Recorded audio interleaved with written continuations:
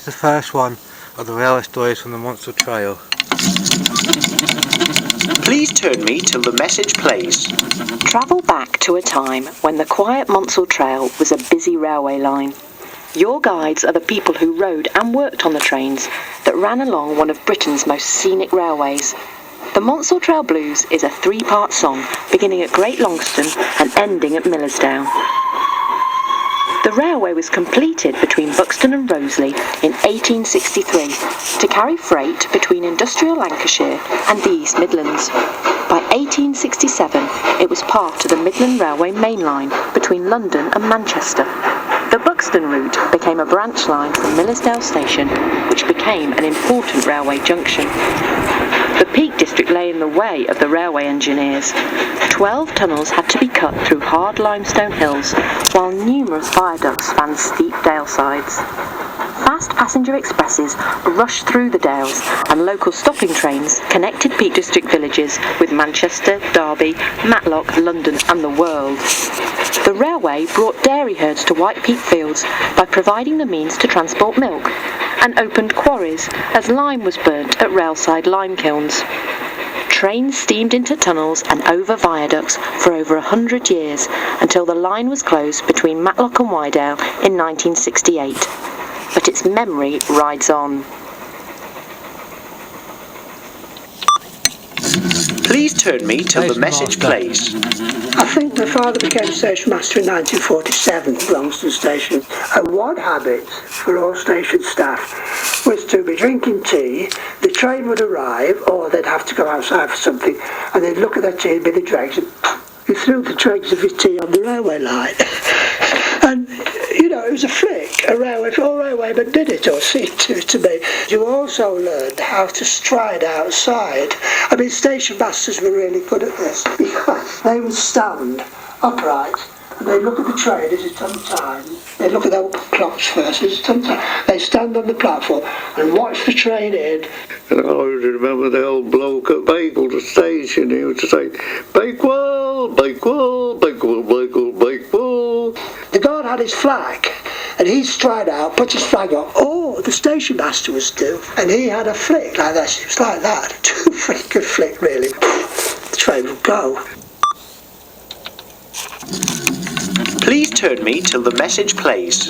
There was an accident at Hassop on the 31st of July 1945 where a train coming down the bank, the coupling broke and it split, and the bit with the engine pulled away. Then they realised that not all the train was complete and the two bits smashed into one another, and there was a lot of debris and a lot of the content spread all over the place. Butter, soap, sugar and even ammunition was scattered along the line.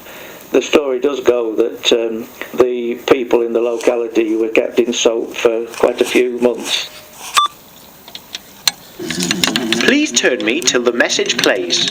A bit beyond Bakewell, of course, went past Hassop Station, Great Longston, and then into the tunnel, Headstone Tunnel, and suddenly out into Monsal Dale. I remember how dramatic that was in winter time, because the slopes on either side were frequently covered in snow, and so I can remember it's almost like being in the Alps when you suddenly came out into this very steep-sided valley with very steep slopes covered in snow. It was very dramatic.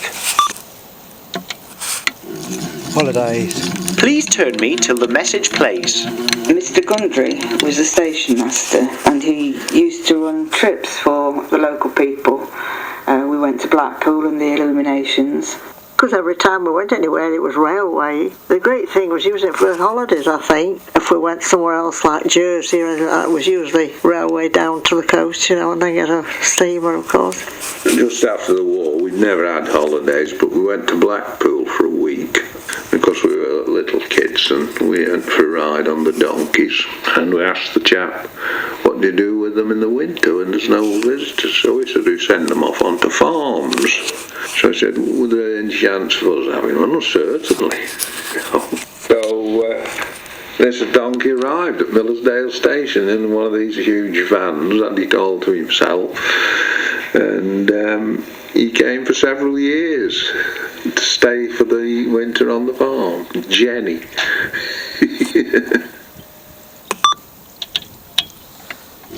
Window seat. Please turn me till the message plays. Great Longston was a beautiful garden station. The planted grassy banks, flowering above the platform opposite the house, left an impression on many of the passengers.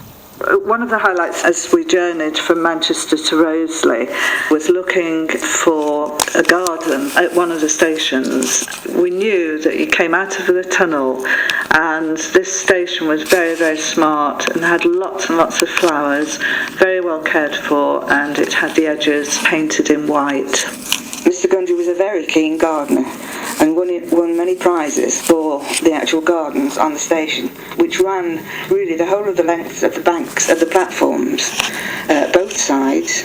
On the downside, beyond the porter's room, because the station buildings were there, that was always herbaceous, wasn't it? Yes, that was a big herbaceous. But the other side was many short lawns.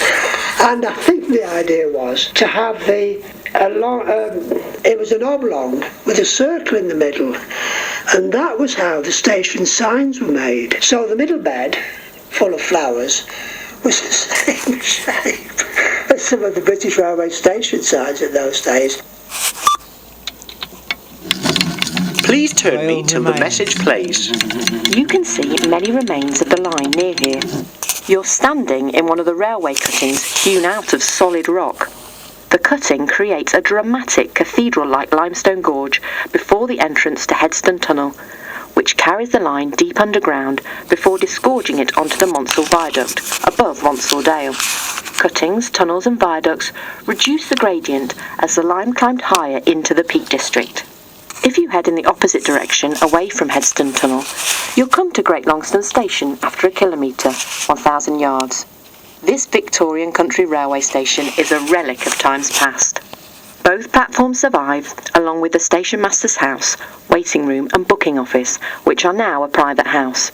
It has changed little since people caught the train here. The three higher stone walls on the opposite platform are the sides of the passenger shelter. It had wooden posts supporting a roof. Please turn me till the message plays.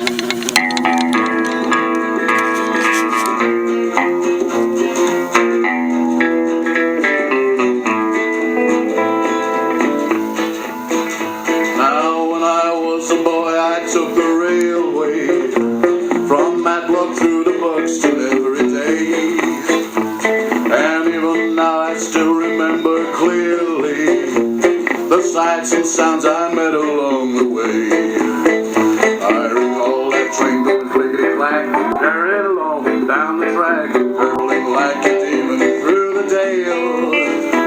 And maybe you can hear its ghostly echo as you walk along the Monsal Trail. As you walk the Monsal Trail. As you walk the Monsal Trail.